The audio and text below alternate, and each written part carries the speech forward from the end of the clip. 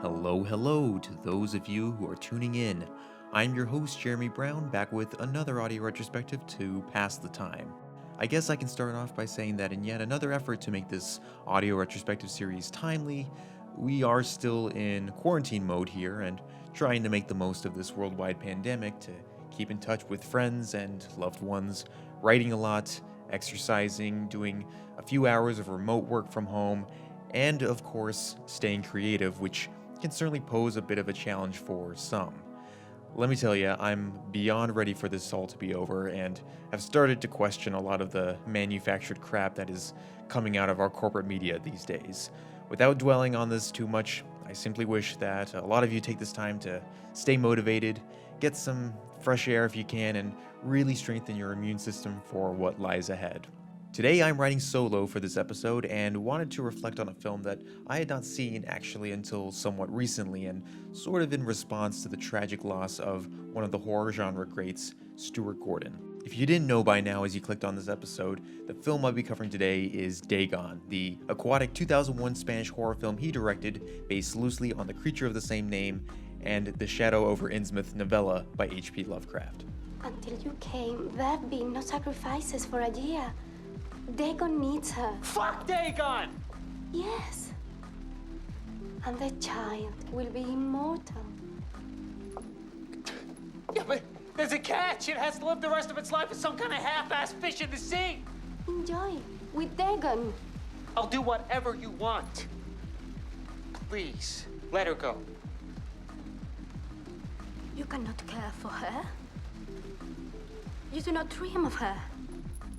Now, I am by no means an H.P. Lovecraft expert, nor would I call myself any big fan. In fact, the closest familiarity I have with the author's work was playing the game Call of Cthulhu, The Dark Corners of the Earth, for the original Xbox, which actually bears a lot of similarities to this movie, but I digress.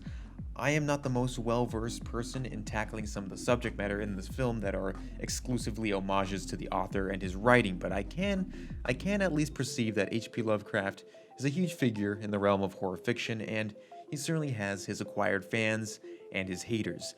Despite the author's reputation, I have found myself rather immersed in the retellings of his work for the big screen, regardless of how faithful they are or not.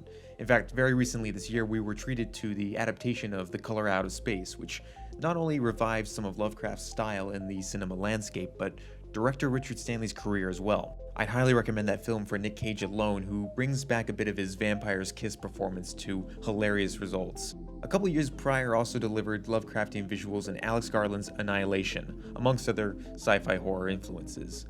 And having been a follower of the late Stuart Gordon's early work, especially his Lovecraftian efforts like Reanimator, From Beyond, and Castle Freak, I regret to say that I had never seen any of his post-2000 output.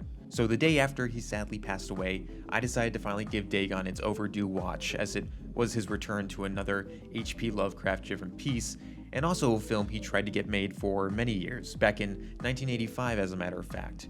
Unfortunately, at the time, no studio would back a film that had a cult of creepy fish people. They really dropped the ball on that one, I'll tell you that. So bear in mind, fellow listeners, there are some major spoilers ahead. I'd recommend you seek out Dagon and give it a watch if you do not want the whole plot ruined for you. You have been warned. Oh, you made me remember my father and my mother and who they want me to be. Muchas gracias, mi amigo. I will see your faces again, but you will not see mine. But we die like men. Okay, I'm fumbling through ways on how to put this. Dagon, while not a very well advertised film in its trailers or PR material, is quite a ride of a movie, and I don't mean in the sense of Scorsese calling Marvel films theme park attractions, although he's right on the money there, but more so similar to the rush you get from an actual ride, that heart-pounding sensation you get going uphill on a roller coaster, all the way through to the climax. The film opens to a boating accident which runs a young man named Paul Marsh and his girlfriend Barbara ashore in a decrepit Spanish fishing town called Boca, which they discover as night falls is in the grips of an ancient sea god and its monstrous half-human, half-fish offspring. After getting separated from Barbara, who is getting prepped to be the sacrifice for their aquatic god, Paul is left to fend off against a whole town of mutants, all the while encountering a mysterious siren from his dreams named Euxia time and time again. This leads him on a trail where he also runs into a homeless man named Ezekiel, the last fully human resident of the town, who tells Paul how the village of Mboka long ago was stripped of its Catholicism to worship a sea monster, bringing wealth and fresh produce into the village, but at the cost of human sacrifices and women to breed with in order to appease this new deity.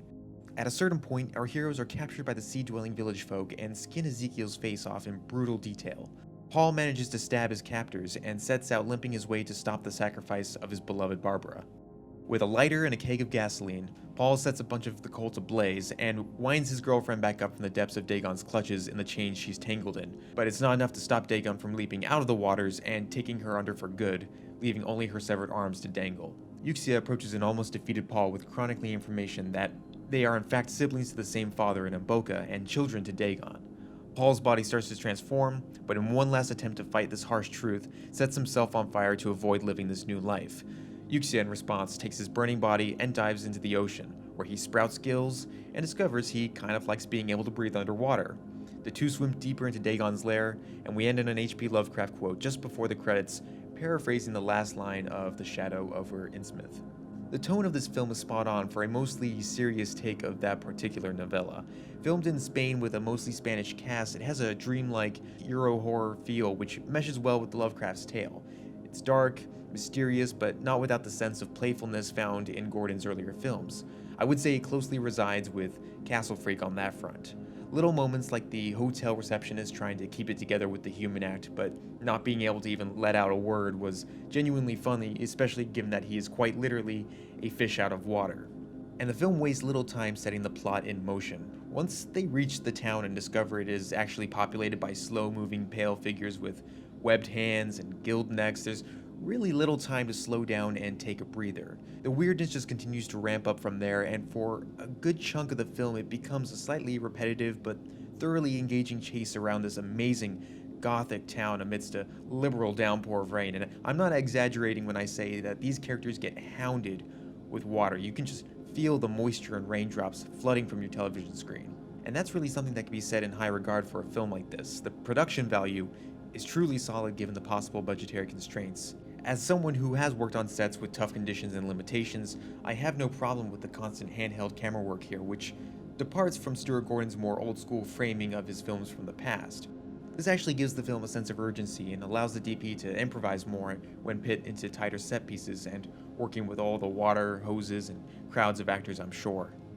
There's also an extreme lack of score, minus the opening and ending and a few sequences thrown in for dramatic effect, but it's a damn good one, composed by Carl's Cases.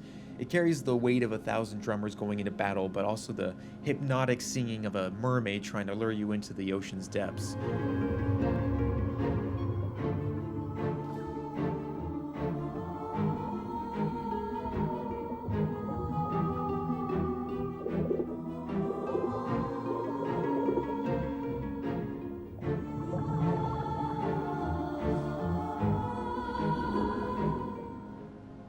But a lot of the sound mixing is quite good too, and really puts you on this island location. I imagine there was some Foley here and there, but a lot of it sounded like they used the raw sound on set. When stacked upon a lot of other direct-to-home release horror films at the time, this is a major standout just on its fully realized world alone. You can tell there was a lot of care and time that was put into the nitty-gritty details, and nothing feels significantly cheap or half-assed. I also admire this overlooming destiny that can't be avoided for Paul. We're presented with a dream in the very opening that sets up Paul's psyche to get close with Dagon before he even knows it's where he belongs. By the end, we see his destiny take shape, and the film goes full circle demonstrating that his fate cannot be avoided. In fact, let's talk about Ezra Godden's debut as Paul here for a minute, an actor who was clearly cast to resemble the likeness of someone like Jeffrey Combs, who I imagine most likely turned down the role or was scratched for casting given how much older he was in 2001. Now, maybe I'm just not looking hard enough for a lot of films of this ilk, but man, was this guy just through and through a resourceful and somewhat compelling lead. Nowadays, it's so easy to take a character like this, the quintessential dweeby, dork, incel type, what have you, and find endless reasons to prop them up as the hero, when in actuality, they're just despicable. But that's not the case here. At first, he certainly comes off a little whiny and grouchy with his work, to the point of his girlfriend throwing his laptop into the ocean, never to be seen again, but once the storm kicks in, that character trope is subverted enough when his survival instincts are allowed to kick in too. I'll note that Paul is not necessarily a badass in broad terms, but rather an everyman that we can sort of slip into the shoes of. Our main character can be clumsy, he knows little to no Spanish, so there's a cultural barrier there too, and he never knows what obstacles will be thrown his way. At the same time, though, he's not a pushover either. The guy will defend himself at all costs, be wary of his surroundings, and take the initiative to rescue his girlfriend, because he has to. He's the neurotic hero who proves capable of hot wiring a car, manages to light many fish people on fire, brutally murders a priest, and will make good use of what resources he has at his disposal.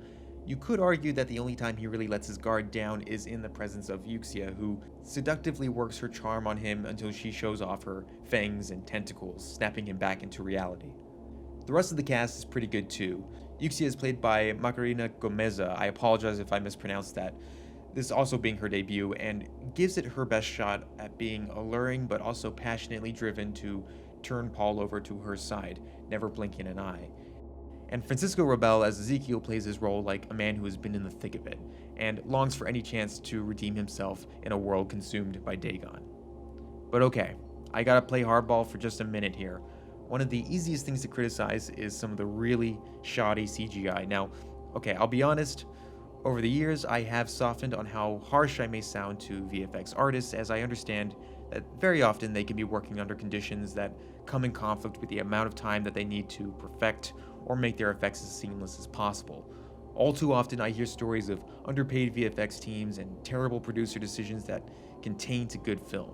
Still, and even by 2001 standards, most of the CG effects in Dagon do not hold up well and seem pointless when paired with some incredible makeup and special effects that glow off the screen. I do think had we gotten a large enough amphibious hand or head of Dagon emerge from the water for the 1 second of screen time he actually has, it would have been a way better payoff than the computer-generated, Langolier-looking blob that we got. The pit to Dagon's lair was the only post effect that looked pretty decent. And yeah, before I don't go too far off topic here, the practical effects in this movie are amazing and hold up tremendously well. This movie does not shy away from gratuitous amounts of gore, tentacles, and animatronics, and has a face-ripping scene that rivals some of the more gross-out sequences you'd see in a Lucio Fulci film, as an example. The special makeup effects were headed by David Marty, who would go on to do plenty of other work for Guillermo del Toro and, more recently, the show Westworld. But going back, another minor complaint I have with the film is the inclusion of the other couple serving as cabin mates to Paul and Barbara's boating trip. They have no real purpose to be in the film other than to serve as fodder for a creature that lurks in the depths of the water. The wife Vicky returns briefly when Paul and Barbara reunite, but it's merely for more exposition to describe the ferociousness of Dagon's power, which was already established fine by Ezekiel. Beyond that, I really don't have many issues here. I'm amazed that given the almost 15-year gap since this film's conception, that it's as good as it is. There's so many creative and technical decisions made that I probably wouldn't have thought of even if I was as seasoned as someone like Gordon behind the camera. And it goes to show that even in 2001, the guy had not gone past his prime yet, though I would have to watch more of his 2000s work to really get a feel for where his career went. He still worked closely with his buddy Brian Usna on this, and it demonstrated that he could hold on to the panache and style that made him a household name in the realm of horror fans. We get that continued sense of visceral horror, captivating dark fantasy, beautiful surrealism, and a disgusting incest subplot. It is your destiny. You stay away! I'll kill you all! I'll burn this fucking down to the ground! We had different mothers, but the same father. We are children of Dagon. You're a bunch of freaks. You're a bunch of fucking freaks! Your dreams. Remember your dreams, Pablo. They brought you here. No. They were nightmares. They weren't real. Every dream is a wish. You know, I've always wondered if he had one more Lovecraftian film in him before his passing, but given this sudden resurgence of the eclectic and cosmic horror variety in recent years, there's no doubt that Gordon was a cinematic influence for so many new filmmakers. So here's to the maestro himself, Stuart Gordon, who will be greatly missed. Thank you all for listening, and be sure to find more of my work over on Facebook at Film Chat Productions. You can also follow me on Twitter at Jeremobie, as well as on Letterboxd at Jeremobie if you want to keep up with the films I've been watching. Have a good night, everybody.